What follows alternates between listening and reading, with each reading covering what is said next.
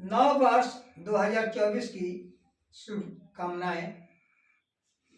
3 जनवरी 1831 ईस्वी को माता सावित्रीबाई फुले का जन्म पुणे में हुआ था और 9 वर्ष की आयु में ही उनकी शादी ज्योतिराव फुले के साथ हो गई। ज्योतिराव फुले थोड़ा पढ़े लिखे और अपनी पत्नी को पढ़ाए और 1848 ईस्वी में सबसे पहले भारत में महिलाओं के लिए, गरीब वंचितों के लिए इन्होंने पाठशाला खोली और शिक्षा जगत में एक बहुत मतलब कि क्रांतिकारी विचार को पैदा किया। लोगों में पढ़ने की ललक जागी और इन्होंने प्रेरणा स्रोत बनी इसकी। उनके सम्मान में एक छोटी सी कविता प्रस्तुत करने जा रहा हूँ भोजपुरी भाषा में।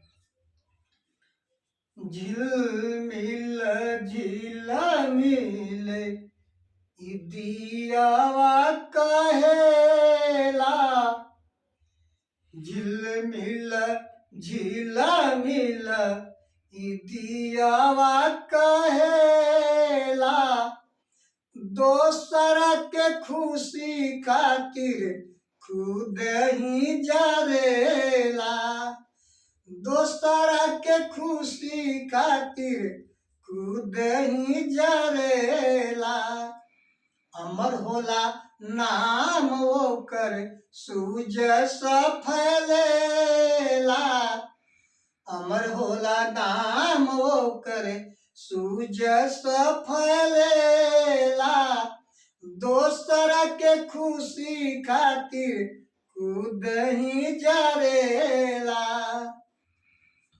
माई पियोली सबके ममता के चीर हो, सब सुख देली हमके न बहे दिहली नीर हो, माई के गोदिया सभे स्वर्ग कहेला, दोसर के खुशी खातिर खुद ही जरेला, चढ़ी गईल फांसी भगत सिंह न रहले कौनो दोष हो, चढ़ी गईल फांसी भगत सिंह न रहले कौनो दोष हो, छोड़ी गईले दुनिया आजाद न भइले अफसोस हो, सत्याग्रह कैले गांधी, सत्याग्रह कैले गांधी जी, पूरा देश पूजेला, दोसर के खुशी खातिर खुद ही जरेला,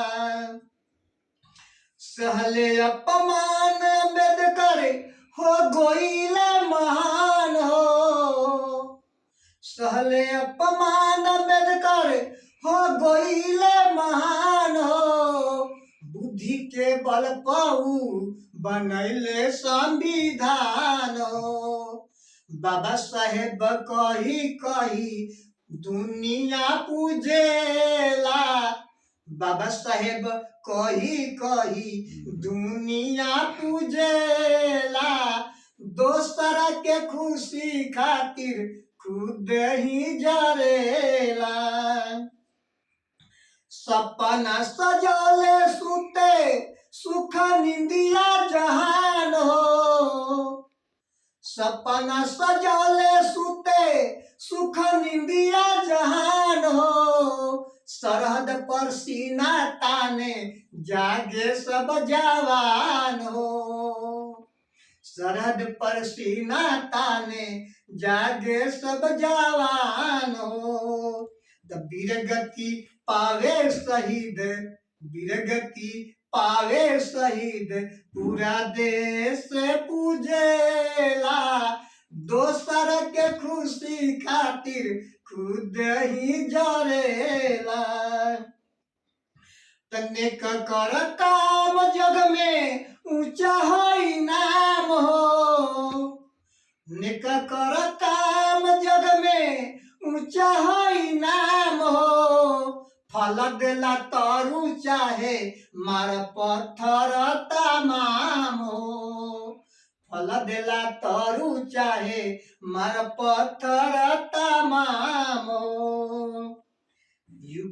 युग पुरुष वह के इतिहास कहेला।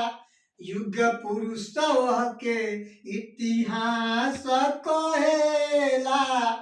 दोसर के खुशी खातिर खुद ही जरेला। झिलमिल झिलमिल दियावा कहेला। दोसर के खुशी खातिर खुद ही जरेला। नाम होला अमर ओकर, अमर होला नाम ओकर, सूरज फैलेला। दुनिया में दोसर के खुशी खातिर खुद ही जरेला। दोसर के खुशी खातिर खुद ही जरेला। नमो बुद्धाय। जय भीम, जय भारत, जय संविधान, जय भीम।